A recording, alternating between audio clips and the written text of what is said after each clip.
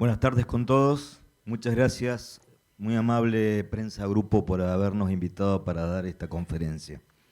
Gracias, Jorge, por tu brillante exposición. Creo que me has brindado la antesala para lo que vamos a ver ahora, respecto de los campos maduros. Primero, permítame darle un recorrido de lo que es The Young Capital, que es la empresa a la cual pertenezco, y OIG es una de las empresas del grupo. ¿Sí? The Young Capital es una empresa americana, tiene más de 60 años de antigüedad, como ustedes pueden ver en la slide. Un montón de transacciones en cuanto a volumen de dinero, como podrán ver, 20.000 millones de dólares, muchos casos de negocio en muchos países del mundo. Fuera, digamos, de las empresas que tienen, como ustedes podrán ver, digamos, en el slide, básicamente las que están vinculadas al downstream y al midstream y los servicios navieros como los que hoy tenemos en la actualidad, es una empresa que tiene mucha experiencia en lo que es transacciones y ya ha participado oportunamente también en algunos negocios que ha trabajado con la parte del gas. Bueno, The Young Capital llega al Perú en el 2021 y actualmente pues, tiene 7 empresas, como ustedes pueden ver en el mapa, de lo que es el planeamiento estratégico de la presencia de Young Capital aquí en el Perú. Tenemos Vigo, que es la empresa que opera el lote Z1 en Tumbes. Ahí producimos petróleo, visualizando algunos proyectos de gas que obviamente nos interesa poder monetizarlos. Y lo más importante de todo esto, de este lote, es que Vigo lo ha puesto en marcha luego de 4 años del lote haber estado detenido, lo cual es muy importante porque ya Tumbes ha comenzado a tener canon producto de la operación de este campo. Tenemos Savia, que si ustedes recuerdan en algún momento era el operador del lote Z2B, que ahora se llama Z69, y que actualmente seguimos siendo operadores del lote Z6, que es un lote que se encuentra detenido por fuerza mayor, que está ubicado en Sechura. IMI del Perú, que es una de las empresas navieras por excelencia que existen en el Perú, porque se dedica casi exclusivamente a dar servicios navieros en la parte de explotación de campos de petróleo y gas, más otros servicios adicionales con otros clientes que tiene, y básicamente trabaja para el lote Z1 también como para el Z69, dando servicios a Petroperú. Procesadora Gaspariñas es la planta de procesamiento criogénica que tenemos en Talara, que tenemos como cliente a Petroperú en el lote Z69. Awaitia Energy, que es la empresa que opera el lote 31C, que está ubicado en Ucayali, donde se produce gas seco exclusivamente para alimentar a la planta térmica de Termoselva, que ustedes pueden ver ahí, que está en Awaitia. Y la última adquisición del grupo de Young Capital es el lote 10, que ahora lo vamos a ver en detalle, que ese es el objetivo de la presentación, donde OIG es la operadora del campo. Algunas características del lote 10, y creo que Jorge fue muy oportuno de dar la antesala para que ustedes sepan, y los que obviamente no lo saben, de lo que es un campo maduro. El lote 10 es un campo que tiene más de 110 años de antigüedad y fue adjudicado al consorcio formado por Petroperú y el grupo de ION formado por 3 empresas del grupo, en el cual el grupo de ION tiene el 60% de participación y es el operador del lote a partir del 20 de mayo de este año por 30 años. Hoy el lote 10 es el campo... Hoy el lote 10 es el campo que tiene la mayor producción de petróleo del noroeste y es el segundo del país después de Petrotal en el lote 95. Fíjense qué interesante la producción acumulada que tiene el lote, ¿no? Tiene una producción acumulada que representa el 35% de la cuenca. Hay que tener en cuenta que si bien el lote 10 es muy viejo y maduro, ¿sí?, hay lotes mucho más antiguos todavía, por eso representa únicamente el 35%. Esto demuestra la madurez de la cuenca, ¿no? Y en cuanto a reservas y a producción equivalente, hoy representa casi el 45%. Es un campo interesante desde el punto de vista de que aprovecha integralmente todos los fluidos. El petróleo se vende en la refinería, el gas se vende a Enel y el agua salada que se produce con el petróleo se vuelve a inyectar a formación para proyectos de recuperación secundaria. Como decía Jorge, lamentablemente y afortunadamente.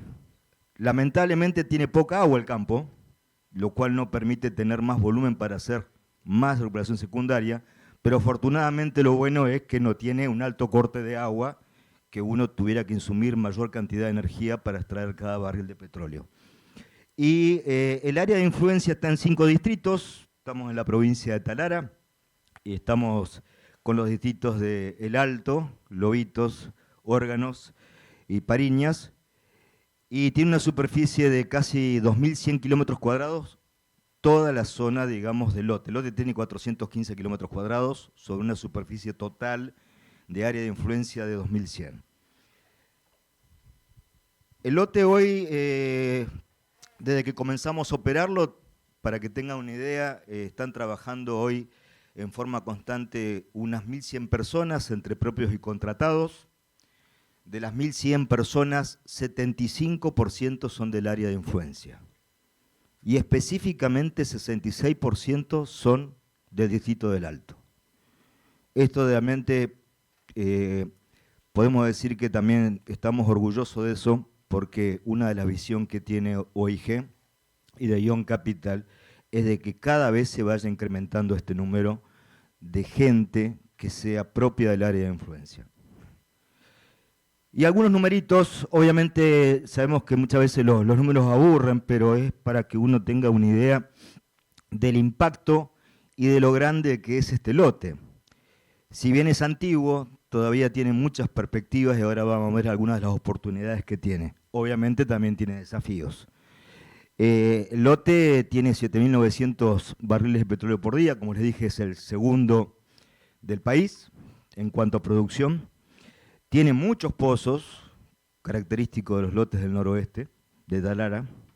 Profundidades promedio de 5.500, aunque hay pozos que están a 8.000 pies, ¿sí? Que son los más profundos. Y tiene, digamos, obviamente una calidad de petróleo muy, pero muy noble. Un poquito de historia para que vean la realidad del lote. Toda la mancha negra que ustedes ven en el área, que es el polígono que es de contorno rojo, ese es el lote 10.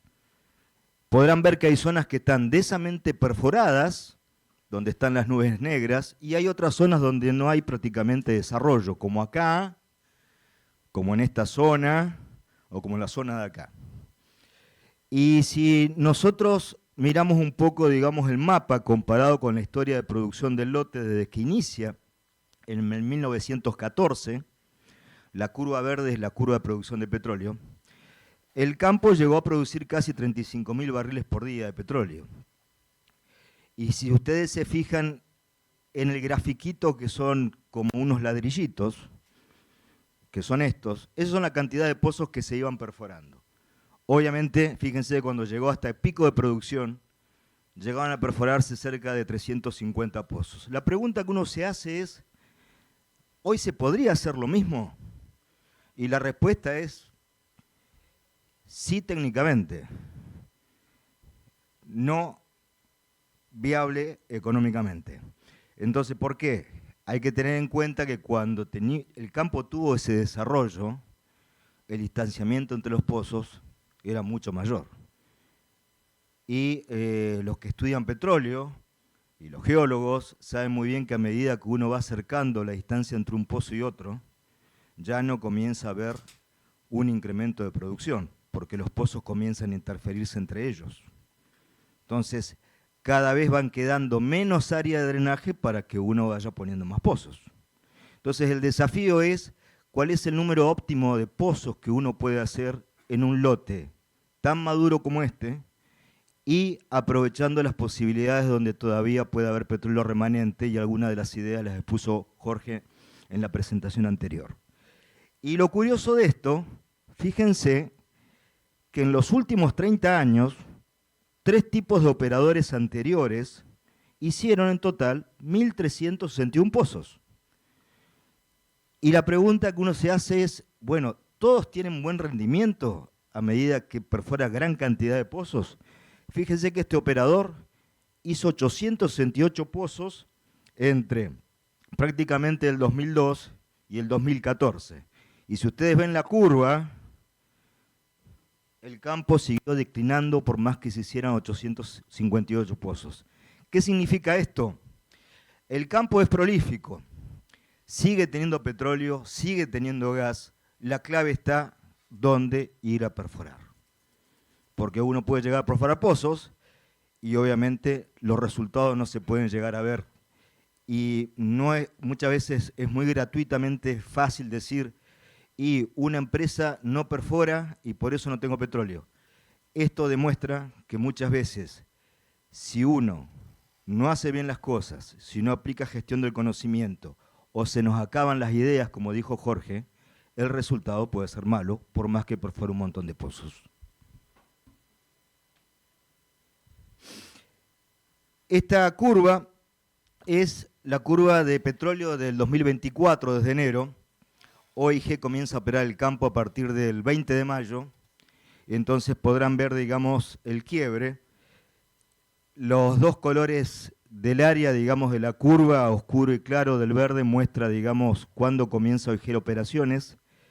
Se hace el takeover del campo con 7.700 barriles y al día de hoy, con resultados al 10 de noviembre, la curva hoy está en 7.960 barriles. ¿Cómo se hace esto? Si todavía no comenzó ninguna actividad de desarrollo, únicamente haciendo mantenimiento de subsuelo a los pozos que se encontraban detenidos o se encontraban con fallas. Entonces, también esto demuestra que uno puede incrementar o mantener un campo de estas características si hace los trabajos de mantenimiento de subsuelos correspondientes. Desafíos del lote. Nosotros hemos entendido que los grandes desafíos que tenemos para estos 30 años de operación se pueden de alguna manera resumir en estos 6 ejes principales. La parte geológica, como lo comentó mi antecesor en la exposición, los campos del noroeste tienen su complejidad. Tienen su complejidad y también tienen su oportunidad, porque si fuesen, digamos, geológicamente muy, podríamos decir, predecible y uniforme, el campo ya se hubiera extraído en su totalidad hace muchos años. Entonces, lo bueno que tiene que ser tan compartimentalizado y tan fallado y con tanta variación, digamos, de arenas en forma lateral, hace de que uno siempre tenga oportunidad de encontrar petróleo nuevo. Entonces, las ideas tienen que seguir, digamos, sobre el tablero y eso permite redescubrir muchas veces un campo maduro. El proyecto de inversión. Ahora vamos a dar un recorrido por el compromiso que tiene OIG en este campo y obviamente involucra mucho capital intensivo. Y la clave que está acá es, ¿algunos pozos pueden dar malos? Sí, por supuesto que sí, de la cantidad que uno va a hacer. Entonces uno tiene que tener, digamos, la habilidad para ver en qué zona deja de hacer proyectos para cambiarse a otra zona. Afortunadamente el campo tiene 17 yacimientos y permite que uno pueda hacer el trabajo en forma dinámica si los pozos obviamente no son exitosos como uno lo piensa. Y obviamente hay que captar ideas distintas para ir optimizando los costos, producto de que hacer tantos pozos, las inversiones son grandes y hay que tener una gran disciplina de capital para poder atender este tipo de inversiones. En cuanto a la parte de sostenibilidad y responsabilidad, nosotros estamos convencidos que tenemos una ardua tarea para recomponer el mercado salarial de la provincia de Talara. Jorge también comentaba la carencia de proveedores y servicios especializados que ha tenido la zona producto de la gran depresión y la finalización de los contratos hace que las empresas grandes especializadas se vayan de la zona. Hoy nos encontramos con ese problema. Entonces tenemos que empezar a salir a buscar equipos de fractura, equipos de perforación, equipos de workover, y si todos vamos a hacer actividad en los próximos 5 años no nos van a alcanzar, digamos, los recursos. Entonces bienvenido sea todas estas ideas de hacer hubs, que creo que de alguna manera en algunos otros países cuando hay actividades simultáneas hay que ir por la vía de hacer algunos clústeres como para ver cómo uno va haciendo la consecución de los recursos para hacer la actividad. Los impactos ambientales, hay una fortaleza, el hecho de estar en tierra, ¿sí? Los impactos, digamos, son mucho menores, la productividad por pozo es muy baja, lo cual obviamente hace que si uno, digamos, tiene impactos no son de tan magnitud que haga, digamos, de que pueda generar una contaminación masiva, pero ustedes saben que en la zona del noroeste siempre está latente el fenómeno del Niño, y cuando el Niño viene, por más que uno tenga todas las medidas de prevención, siempre termina rompiendo algún ducto, y creo que hay que repensar también los planes de contingencia para la venida de niños. Afortunadamente para este verano próximo que viene, digamos, hay una alerta, digamos, negativa de que ocurra un niño, digamos, de moderado a grande. ¿Qué es lo que hay que hacer en este tipo de campos? Que uno, de alguna manera, tiene que redescubrirlos para tratar de seguir sacando petróleo y gas. Y hay que volver un poco a las fuentes. ¿Ayudado con qué? Con la tecnología. La fuente significa gestión del conocimiento, volver a hacer, digamos, grupos de pares para revisar las cosas tantas veces como sea posible para que nos permita equivocarnos cada vez menos. Y apoyado con la tecnología de inteligencia artificial y el machine learning, hoy nos dan un montón de posibilidades para que este tipo de cuestiones se hagan de una manera mucho más rápida. Y en el contexto regional, lo que realmente es nefasto para este tipo de proyectos de capital intensivo es, ustedes saben, el precio del crudo. ¿Sí? El precio del crudo atenta contra este tipo, digamos, de proyectos de gran envergadura. Lo de los servicios ya lo comenté, y hay un tema que es muy importante también, que en el noroeste tenemos un solo comprador de crudo, ¿sí? Y tenemos una sola refinería y un solo lugar por donde el petróleo pueda llegar a salir. Entonces, recuerden que cuando la refinería, ¿sí?, comenzó, digamos, su transformación y su modificación, en algún momento pueden comenzar, o comenzaron en su momento también, interrupciones del bombeo de los campos. Y si uno no tiene el almacenamiento debido en los campos, y si en algún momento ocurriere algo, que ojalá no ocurra, dependemos únicamente de un solo punto por donde el petróleo debe salir. Entonces, eso también, digamos, es un desafío que lo vamos a tener que revisar en virtud de 30 años de explotación de un campo tan importante como este. ¿Cuál es el plan de desarrollo? Muy ambicioso, ¿sí? 1.144 pozos de desarrollo en 8 años. En los 2 primeros años vamos a hacer 135 reacondicionamientos, y este es el programa mínimo de trabajo comprometido en nuestro contrato, lo cual no significa de que hagamos mucho más actividad que la que está comprometida. El lote 10 tiene muchas oportunidades de ver cosas distintas, ¿sí?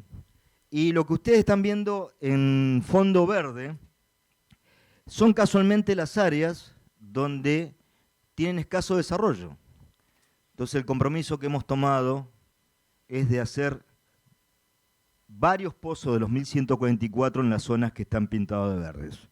En la parte de órganos, básicamente, casi 85 pozos, en la zona de Tunal, 25, y en la parte de Collonitas, que ustedes van abajo, que es la parte de Pariñas, 125 pozos donde esperamos que aporten bastante gas, y que es también uno de los objetivos para atender, digamos, el mercado gasífero. Y como podrán ver aquí, ven la slide del desarrollo de esos 1.146 pozos en los 10 años, año a año. Los verdes son los pozos de desarrollo, y los 2 primeros años, los celestes o turquesas, son de los reacondicionamientos. Y lo interesante es que vamos a tener un montón de equipos de perforación y workover desde el año 3, ¿sí?, durante 8 años en forma continua, que van a tener una captación de gente entre 700 y 800 personas en forma constante. Hoy somos 1100 y a estos 1100 le tendríamos que sumar ese número que ustedes ven en la curva verde, lo cual obviamente esta es una actividad de gran demanda, digamos, de gente, y esto de alguna manera es una oportunidad para generarle mayor empleabilidad al departamento de Piura. Oportunidades. Hay una gran oportunidad de incrementar el petróleo y el gas con nueva tecnología, haciendo recuperación mejorada, inyectando otro tipo de productos químicos que no sean exclusivamente el agua salada de formación para represurizar, más todos algunos ejemplos que Jorge recién nos ha presentado, que obviamente son para optimizar los costos y tratar de ir a buscar zonas de petróleo bypaseado, como le llaman los ingenieros. Y tenemos también upside exploratorios. Si bien tenemos el compromiso de hacer 2 pozos exploratorios, tenemos 9 prospectos en total, de ir a reservorios profundos, los cuales los estamos madurando y seleccionando cuáles son los mejores prospectos que vamos a ir a perforar, y eso puede abrir una nueva zona de desarrollo. Para que tengan una idea, las reservas del lote 10 son casi de 65 millones de barriles, pero en prospectos exploratorios nosotros visualizamos un volumen casi de 90. Y esto es muy atractivo para un campo de esta naturaleza. Sostenibilidad, responsabilidad. Aquí lo que nos interesa es la empleabilidad, que consideramos que eso va a estar garantizado. Ir levantando cada vez más el porcentaje de gente de la zona de influencia, cosa que lo estamos logrando. Hoy tenemos 75% de la gente en el área de influencia, de toda la masa laboral que trabaja en el lote 10. Y el mercado salarial es una de las cosas que más nos interesa para lograr el bienestar de todas las poblaciones que están en nuestra área de influencia. Y la mitigación de los impactos va a pasar por el desarrollo de tecnologías más limpias, evitar cualquier quema de gas que no sea necesario, ir a captar todos aquellos gases residuales, ¿sí? El tema de los residuos, consideramos que hay que hacer un trabajo bastante interesante, que hoy podemos decir que está en pañales, y obviamente al ser un campo antiguo, hay que seguir poniéndole plata en mantenimiento para adecuar las instalaciones y evitar el tema de los impactos. Y la innovación, como lo comentó mi antecesor, pasan por 4 pilares: gestión de conocimiento, la tecnología de perforación horizontal, usar cada vez más las técnicas de campo inteligente para automatizar el campo y repensar los procesos, que eso permite la mejora continua. Estas son las perspectivas, y ya voy a terminar. Las perspectivas, y estos números sí es importante compartirlos para que uno tenga la dimensión de lo que es el desarrollo de un campo maduro para transitar 30 años. 1.146 pozos en 8 años, 920 millones de dólares de inversión en 10 años, que es la inversión mínima. ¿Por qué mínima? Porque ese es el compromiso que nosotros tenemos con Perú Petro. Creo que este es uno de los proyectos de oil and gas en la zona que más inversión va a demandar. Y fíjense los gastos operativos en los 30 años, 1.140 millones.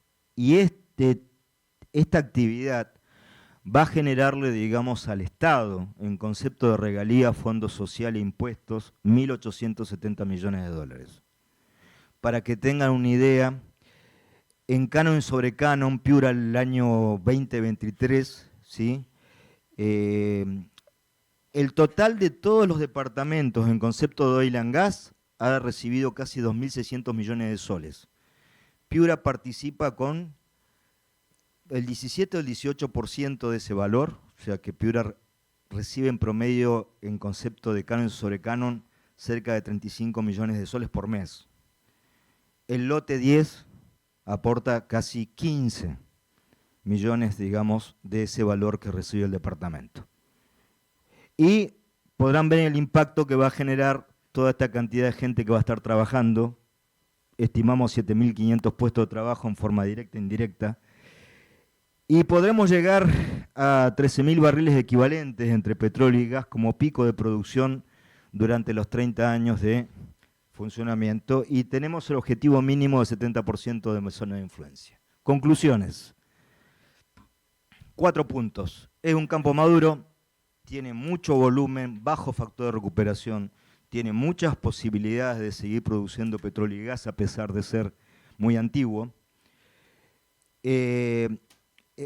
Creemos que uno de los factores críticos de éxito es contar con una organización que mire las cosas en forma integrada, ¿sí? Con competencias técnicas adecuadas. Vamos a tener que repensar los procesos y la forma de trabajar con especialistas. Y la experiencia nos dictamina que hay que darle un gran aporte a la gestión del conocimiento para repensar este tipo de campos y redescubrirlos. ¿Cuál es la visión de OIG? Y eso se los dejo como último punto. Nuestra idea, y lo voy a leer, es liderar un modelo de negocio que atienda, digamos, el crecimiento económico tanto de la empresa como de la zona donde opera, la sostenibilidad ambiental y el bienestar de la gente. Esto lo quería compartir con ustedes, espero que les haya agradado y que les resulte interesante, y gracias por la atención.